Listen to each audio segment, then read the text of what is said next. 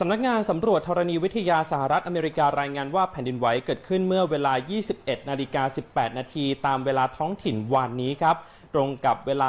1:18 นาทีที่ผ่านมาตามเวลาในประเทศไทยวัดความรุนแรงได้ 7.3 นะครับจุดศูนย์กลางอยู่ห่างจากเมืองฮาลับยาทางภาคเหนือของอิรักติดกับพรมแดนของอิหร่านประมาณ 32 กิโลเมตรและเกิดลึกลงไปใต้ดิน 33.9 กิโลเมตรแรงสั่นสะเทือนสร้างความเสียหายให้กับอาคารบ้านเรือนในพื้นที่ใกล้กับจุดศูนย์กลางแผ่นดินไหวขณะที่สื่อของทางการอิหร่านรายงานว่ามีพื้นที่ได้รับผลกระทบจากแผ่นดินไหวถึง 14 จังหวัดและขณะนี้หน่วยกู้ภัยกำลังเร่งเข้าไปในพื้นที่ทางภาคตะวันตกของประเทศที่ได้รับความเสียหายครับสื่อทางการอิหร่านรายงานอีกว่ามีผู้เสียชีวิตในอิหร่านอย่างน้อย 6 คนและตัวเลขอาจจะเพิ่มสูงขึ้นอีกนะครับขณะที่หลายหมู่บ้านกระแสไฟฟ้าและระบบการติดต่อสื่อสารถูกตัดขาด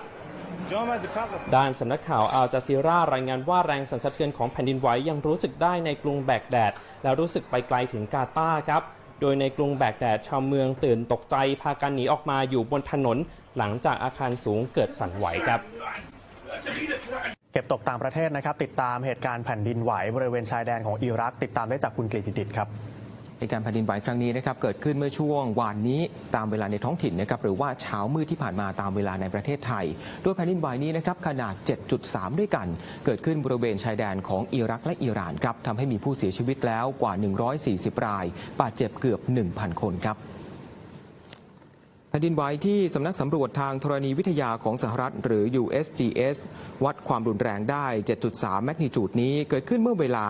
3:18 นาทีตามเวลาท้องถิ่นนะครับหรือว่า 2:18 นาทีตามเวลาในไทย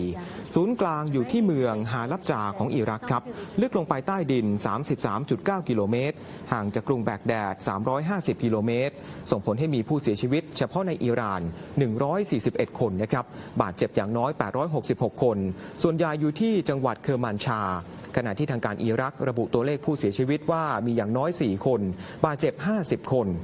ชาวอิรักจำนวนมากรับไปรวมตัวกันอยู่ที่โรงพยาบาลซูเลมานิยาที่เขตกึ่งปกครองตนเองของชาวเคิร์ดทางตอนเหนือของประเทศขณะที่สำนักงานอุตุนิยมวิทยาได้เตือนประชาชนให้อยู่ห่างจากอาคารและหลีกเลี่ยงการใช้ลิฟต์ท่ามกลางรายงานว่าแรงสั่นสะเทือนยังสามารถรู้สึกได้ไกลถึงปากีสถานเลบานอนคูเวตและตุรกี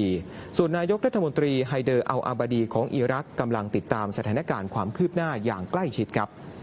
ด้านเจ้าหน้าที่กู้ภัยอิหร่านได้ใช้ความพยายามตลอดทั้งคืนครับเพื่อค้นหาคนที่ติดอยู่ใต้ซากอาคารที่พังถล่มและยังเผชิญอุปสรรคจากดินถล่มท่ามกลางความวิตกว่าตัวเลขผู้เสียชีวิตจะเพิ่มสูงขึ้นกว่านี้และเหยื่อส่วนใหญ่อยู่ที่เมืองซาโปอีซาฮับที่อยู่ห่างจากชายแดนอิรักราว 15 กิโลเมตรขณะที่กระทรวงมหาดไทยอิหร่านบอกว่าเพราะเป็นเวลากลางคืนครับทำให้ยากต่อการส่งเฮลิคอปเตอร์ไปยังพื้นที่ประสบภัย